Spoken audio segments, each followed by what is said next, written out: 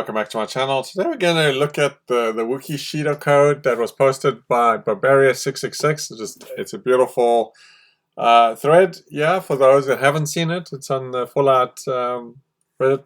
But I thought I'd read it out because I think it's really funny. And for those like myself that fall into those bush Wookiees, and like many of you, you know, it's pretty funny. So let's get into it. So this is just something you posted for all those players hiding in the nuclear winter, the Wookieshido code, as the end is nigh for the nuclear winter. Many non-PvP players are coming into this mode to take advantage of per coin rewards. So that it is, I believe, double XP at the moment. I'm not sure if that's still the case. Certainly, I haven't read anything, but someone might know. There's also grind overseer levels on a second character. In a peaceful way, I decided to help them by codifying some rules. So, as we all often called bush Wookiees, the name of these rules, the code of the Wookieshido, is what he's called it, right? So, rule number 1, never engage in the fight. The greatest victory is that which requires no battle. Sun Tzu. I'm assuming you looked that up.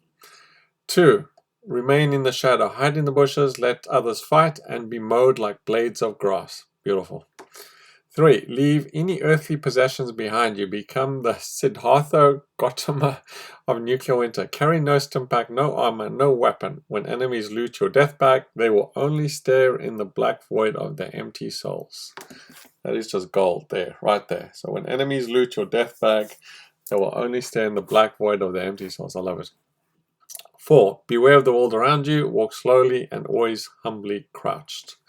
5, beat swords in plowshares. Take all ammo from any crate you come across and leave the weapon. Leave that ammo in a place no one can find. Let there be peace. Take the power core from any power armor you encounter. Let the useless armor be a reminder of human fragility. 7, follow the voice of the Lady of the Lake and equip Aquaboy card, or Aqua Girl, I guess. Safely immerse yourself in the richness of nuclear winter waters. So I've actually seen quite a few people, just when I've died, hiding out in water. It's kind of funny to watch, actually.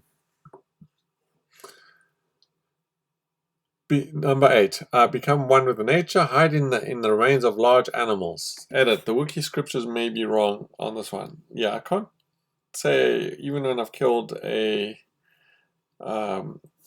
an animal that actually sticks around large enough to hide in, but it could be the case. I mean, there's only one that really you can do that, which is the Grafton monster. I'm just trying to think if you can actually hide in it. I'm assuming you can.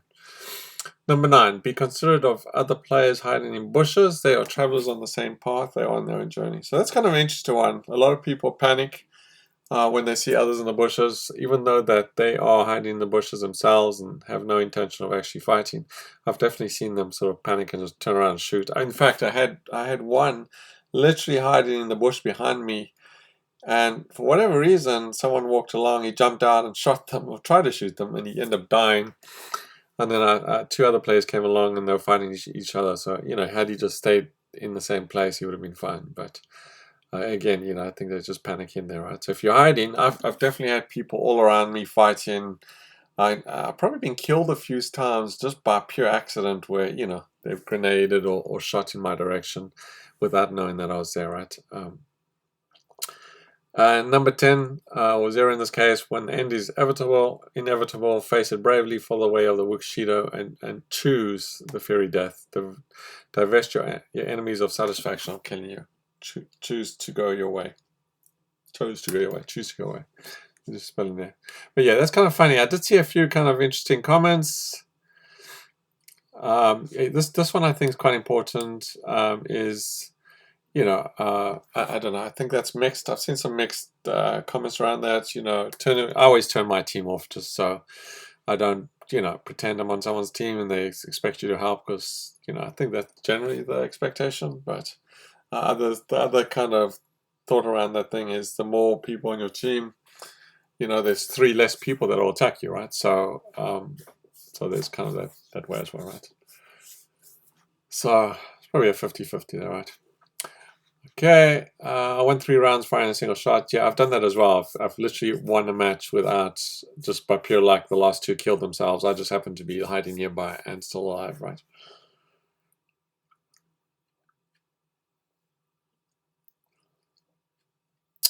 I don't think I saw anything else.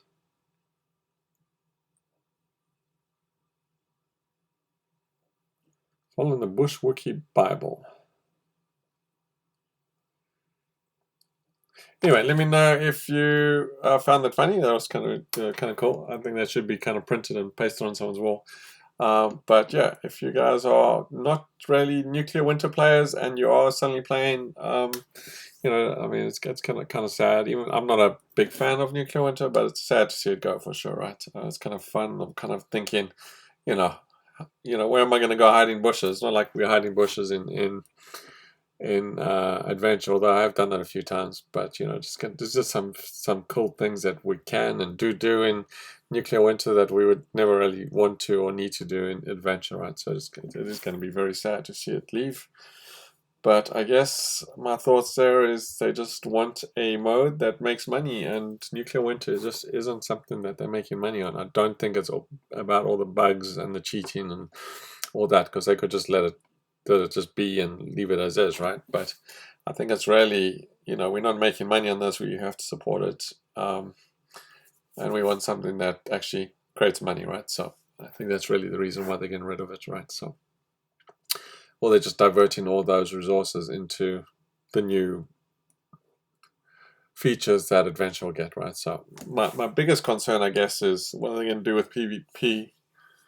And the last thing I want to see is any PvP in adventure mode whatsoever, right? I mean, the workshops were, before the workshops or before all the changes to get rid of PvP was great, but I'd hate to see any of that stuff come back, right? In fact, I hope they eventually get rid of workshop PvP, but we'll see what they come up with. Anyway, thanks for watching. Hope you enjoyed, and consider subscribing if you haven't already.